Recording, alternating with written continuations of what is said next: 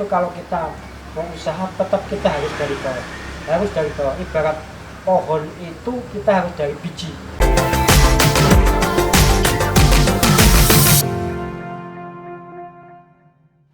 Oke, assalamualaikum warahmatullahi wabarakatuh. Jumpa lagi dengan saya Ridho Isai di channel Peternak Indonesia. Untuk kali ini saya berkunjung di kediaman Bapak Roni, yang beliau ini usaha peternakan ayam potong. Monggo diperkenalkan Pak Roni.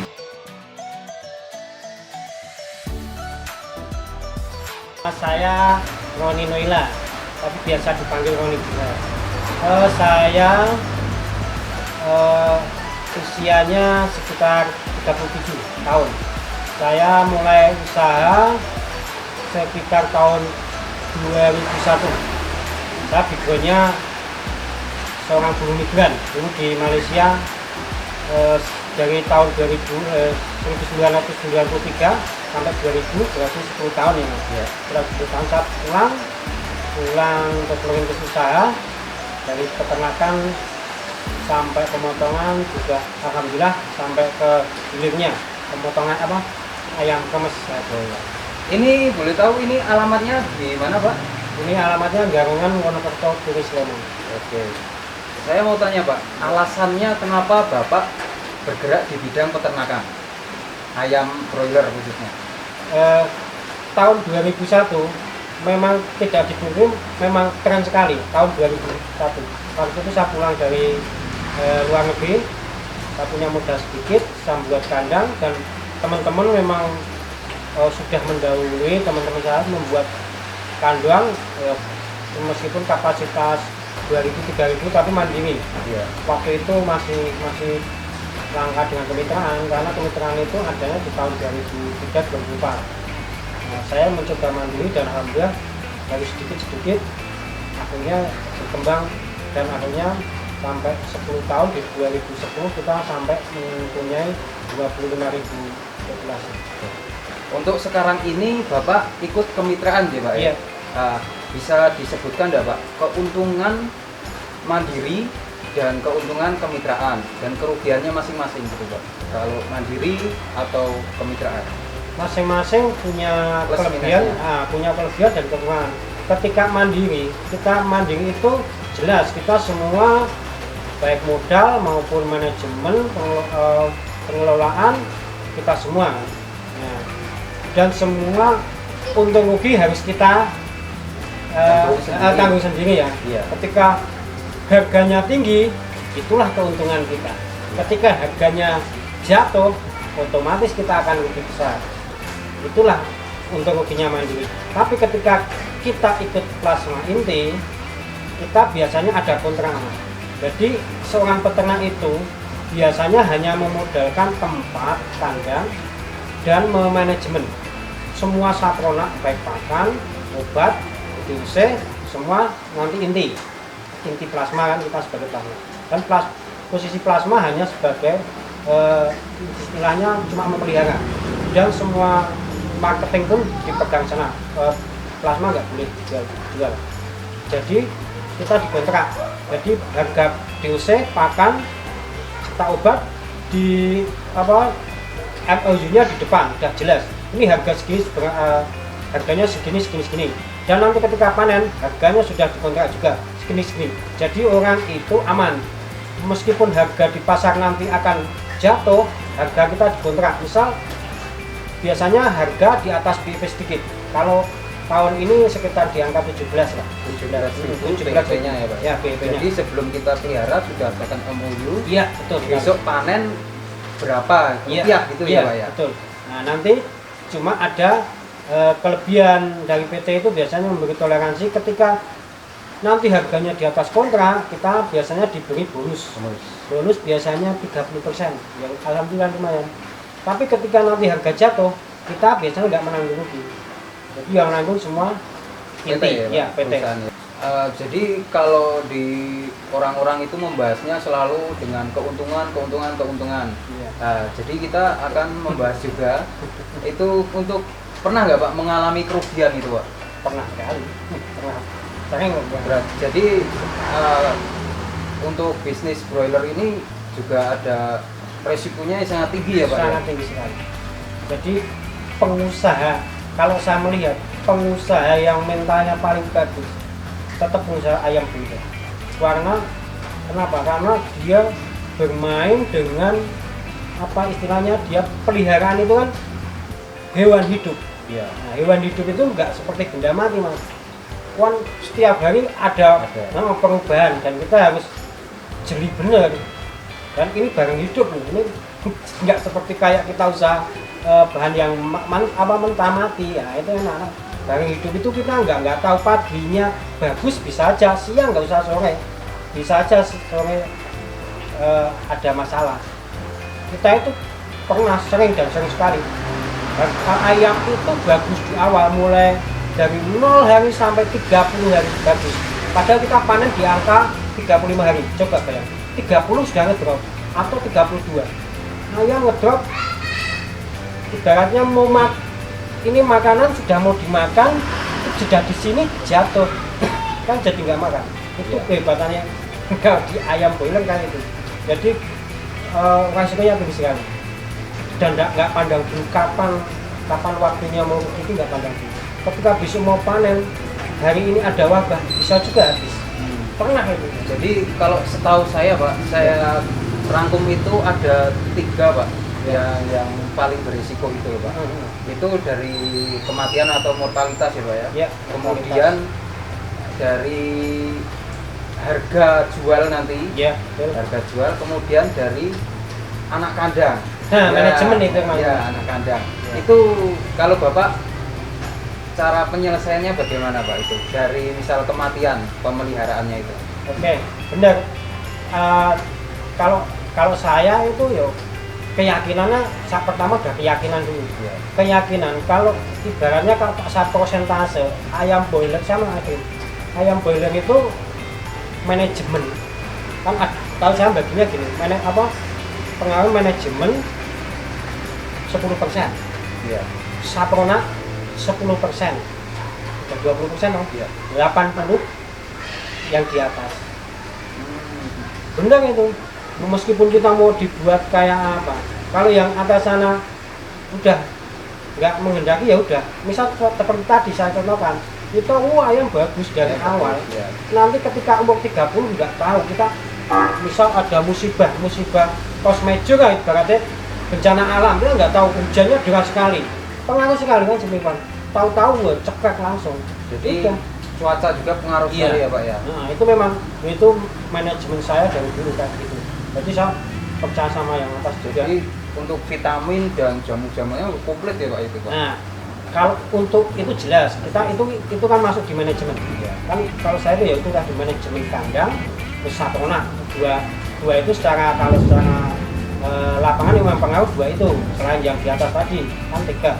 Kalau manajemen itu ya kita sebaik-baiknya yuk dibuat sebagus kita nggak apa ya, jangan sampai meninggalkan namanya vitamin, obat, vaksin, itu harus benar-benar, karena ayam broiler itu kan gimana ya, semakin kualitasnya diusinya bagus itu semakin rentan biasanya gitu. DOC semakin bagus semakin rentan ya Pak? Pasti, karena dia silangan itu. Silangan itu biasanya kalau saya mengamati itu dari perkembangan dari tahun 2000 sampai 2010 sampai 2020 ayam itu semakin rentan. Ayam tahun 2000-an sama 2020 sekarang itu jauh sekali rentannya sekarang ya? Iya, tapi perkembangannya cepat sekali, karena dia memang dari bibit unggul disilangkan dengan bibit unggul. Makanya kalau semakin lama itu semakin harus manajemen semakin intensif banget gitu. Kemudian untuk menekan kematian ya sama seperti itu, harus kita jangan menyepelekan menyepelekan vitamin, apalagi kalau kita mau istilahnya bermain dengan yang herbal itu lebih bagus lagi. Herbal ya Pak? Iya, herbal juga. Nah, kalau untuk yang agak tricky nih Pak, kadang anak kandang itu mau jualin pakan, kemudian dia mau bawa ayamnya pulang, itu bagaimana Pak?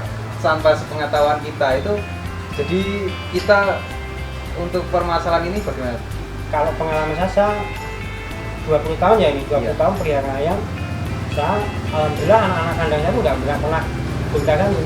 Dan itu rata-rata banyak, ada yang sampai 15 tahun sampai punya anak cakupannya itu ikut saya banyak. Iya. Nah, kalau saya ngamati itu tergantung dari memang karakter orang itu sendiri, juga sama bagaimana kita istilahnya itu nguang ke dia. Kalau saya yang berlaku pada saya, ya saya nggak ya. Kalau saya tahu lah, ini orang ini kesini itu tujuannya apa? Pertama cari uang, terus itu memang gua juga. Tapi pengen, pernah Pak ngalamin seperti itu? oh sering, dulu sering. Kalau kita kan biasanya ini cerita dulu, nerima orang terus kan nggak tahu juga kan kakak, Iya, biasanya yang bawa kan temennya yang udah kerja di situ, tapi Iya. kan juga dia nggak tahu juga, oh mau cari kerja, oh ya tempatkan di kandang sana, karena biasa nggak tahu kenal karakternya.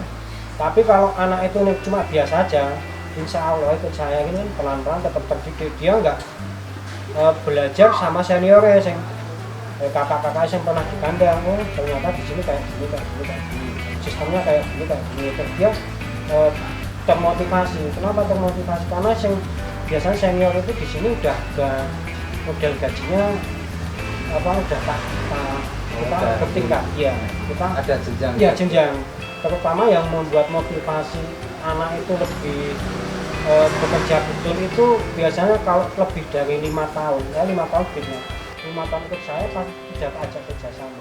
Nanti ketika sudah kerjasama, gaji itu tetap jalan, karena itu terserah, itu mau kamu kerjakan atau suruh orang lagi boleh. Iya.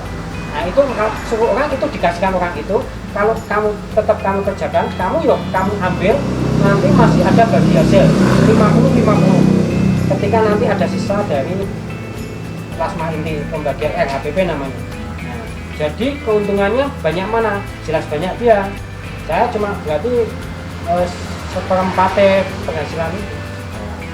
Kalau ini kan kemarin habis masa pandemi ini Ya. sangat terdampak nggak Pak? Luar biasa. Luar biasa ya. Luar biasa sekali. Nah, padahal itu kan sebelum ada pandemi itu kan sudah tekan ekonomi itu Pak.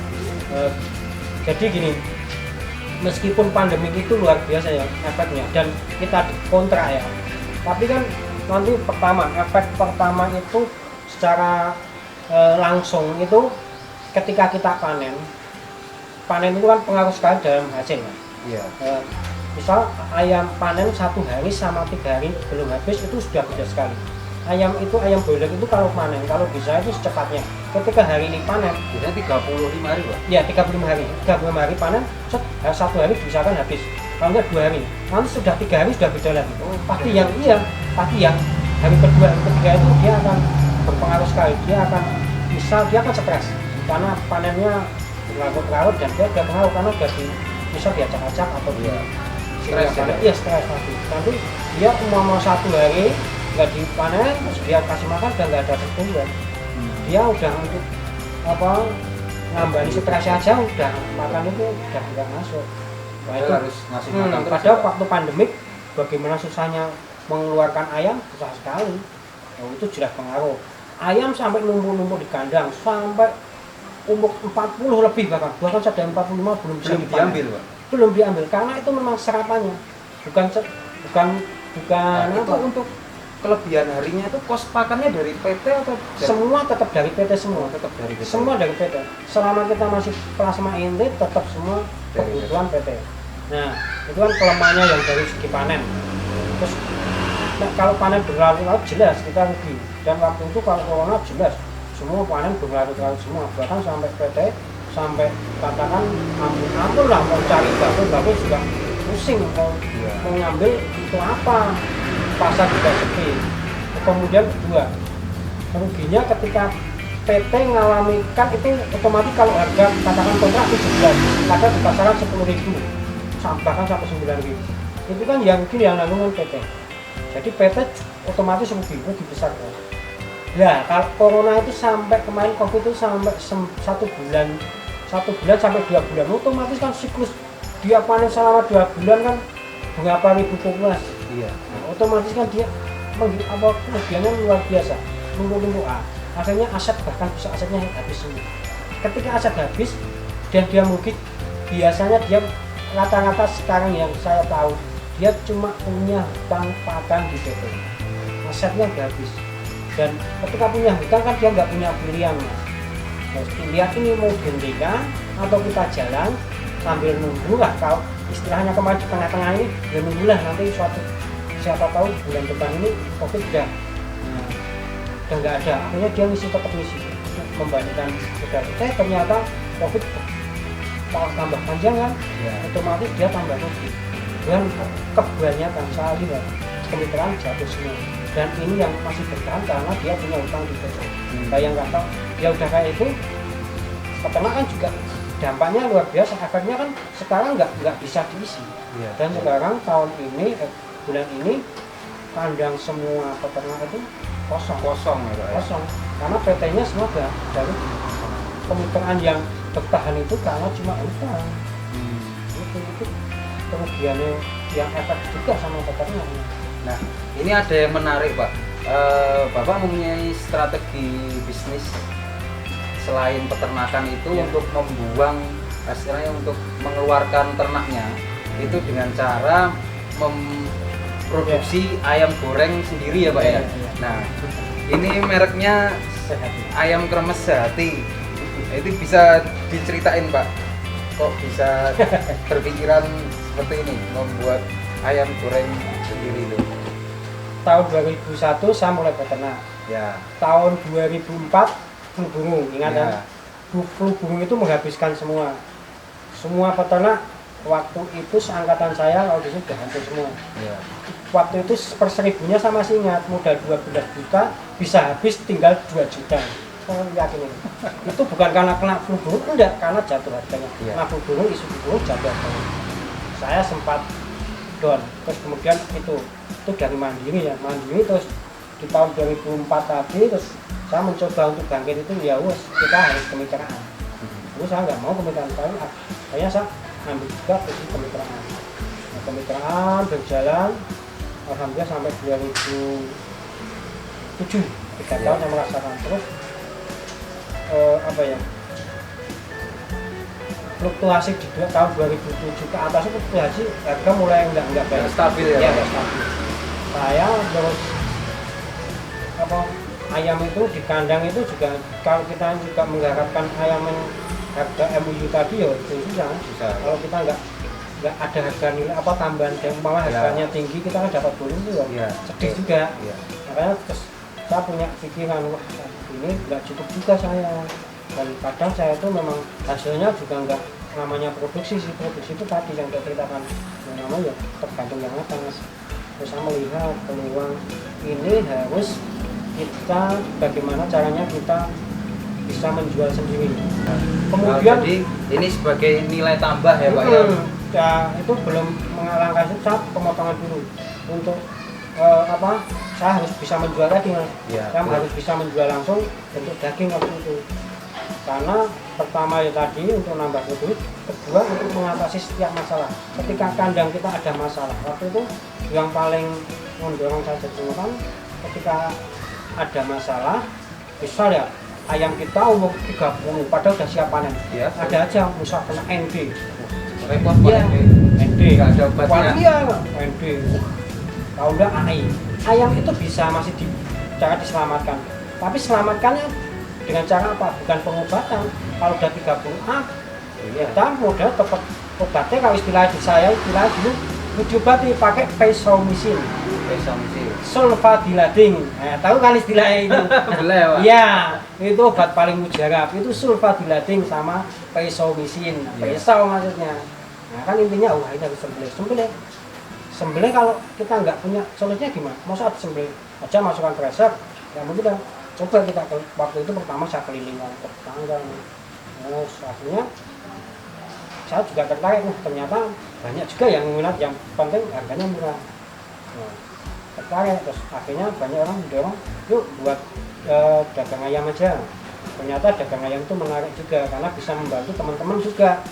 Teman-teman ternak, bener. Saya waktu pertama ya nyun sewu ya, saya itu pertama itu bakulah spesialis ayam jelek. Iya, pertama motong karena ayam jelek. Kenapa? Karena saya Akhir, motivasinya itu membantu peternak. Membantu peternak, membantu saya juga sendiri. Karena saya punya banyak kandang dari peternak. Menjaga kualitas. Iya, menjaga kualitas. Sepenting kita bukan ngejar marketnya, tapi betul. ngejar kandangnya selamat gitu loh. Kan Selamat, saya juga seorang peternak gitu. Iya. Nah, terus saya ngejar itu lama-lama tetap otomatis kan tetap jadi besar juga. Saat itu kita ibaratnya jadi sebagai profesional gitu. Karena apa? Otomatis kan kayak komunitasnya peternak. Iya. Otomatis saya dari kandang sendiri, dari teman-teman sendiri, dari kandang saya sendiri, saya potong. Jelas saya menang di harga. Iya, dipotong sendiri. Iya, karena menarik lagi ini.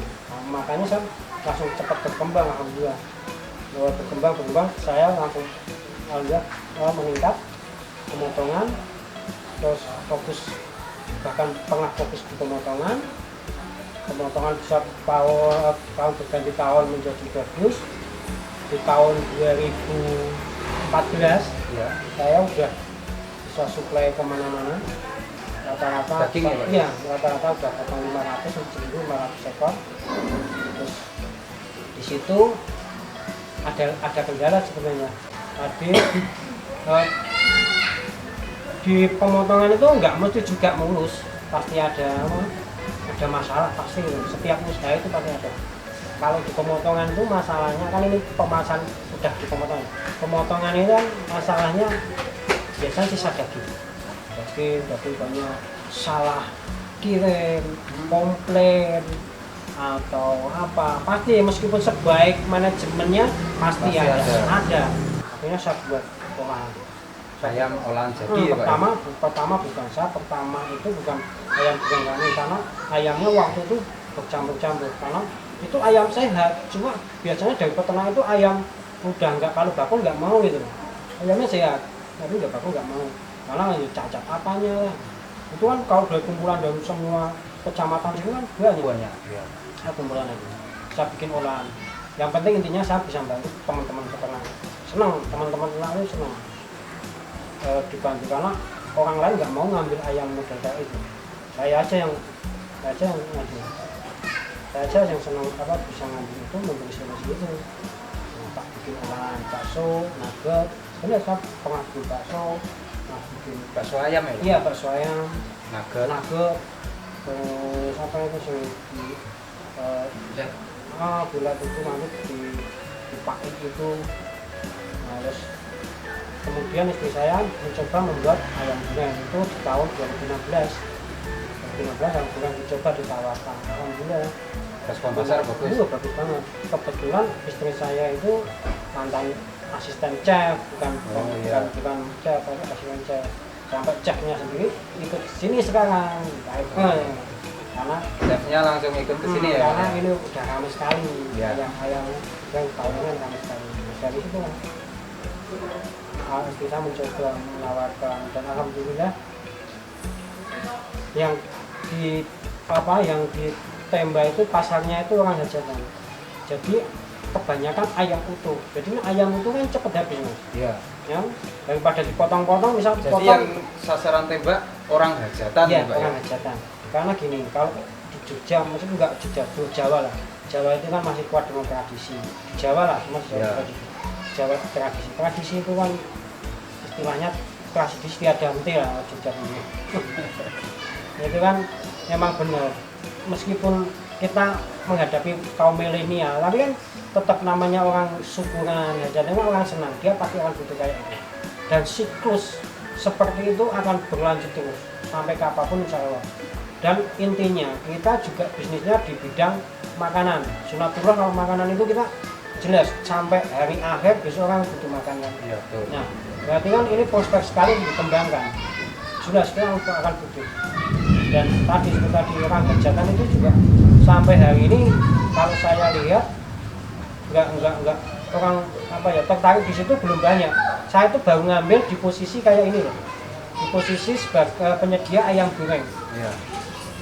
Dan dagingnya saya juga saya sediakan. Iya.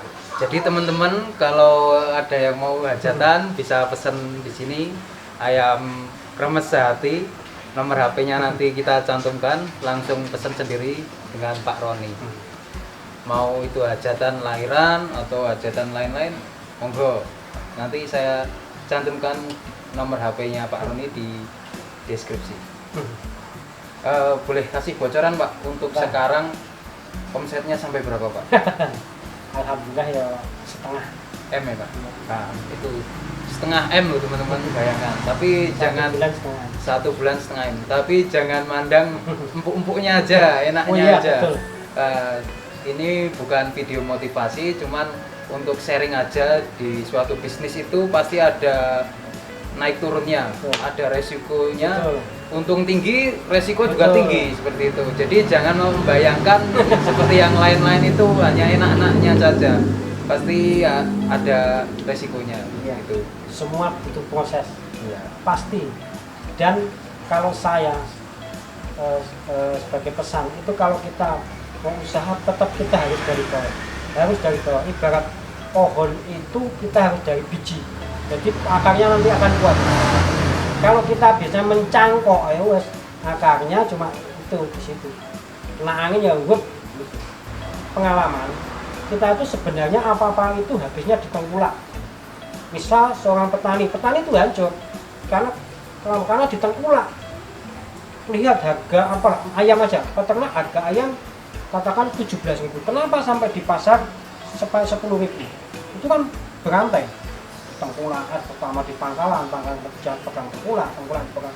Nah, itu proses kayak itu. Disitulah yang harus kita ambil. Kita harus memotong mata rantai itu. Terus bukan monopoli karena kita bukan apa-apa. Iya, betul. Tapi itu memotong mata rantai itu kalau bisa kita langsung produksi di apa? Jadi dari hulu ke hilir ya, hilir langsung dipegang. Kita Iya. langsung dimarketkan langsung ke konsumen. Itu pasti saya jamin. Ketika itu bisa menekan, ketika akan rugi, tak jamin tidak rugi. Karena kita sampai hari ini saya tak amati itu cuma di tengkulak, permainan cuma di tengkulak. Kuncinya itu. Oke, terima kasih Pak Roni. Ya. Ini sudah sharing Siap. ilmu mengenai peternakan ayam sampai ke jualan ayam kremesnya. Terima kasih. Ya. Saya kapan-kapan boleh sharing sama saya. Iya. Oke. Siapa saja. Oke sobat ternak, itu tadi informasi mengenai bisnis dari Bapak Roni yang memegang bisnis dari hulu ke hilir, dari peternakan ayam sampai produk jadinya. Kemudian jangan lupa untuk teman-teman subscribe dan like video kami agar tidak ketinggalan video-video menarik lainnya. Terima kasih, salam sukses peternak Indonesia.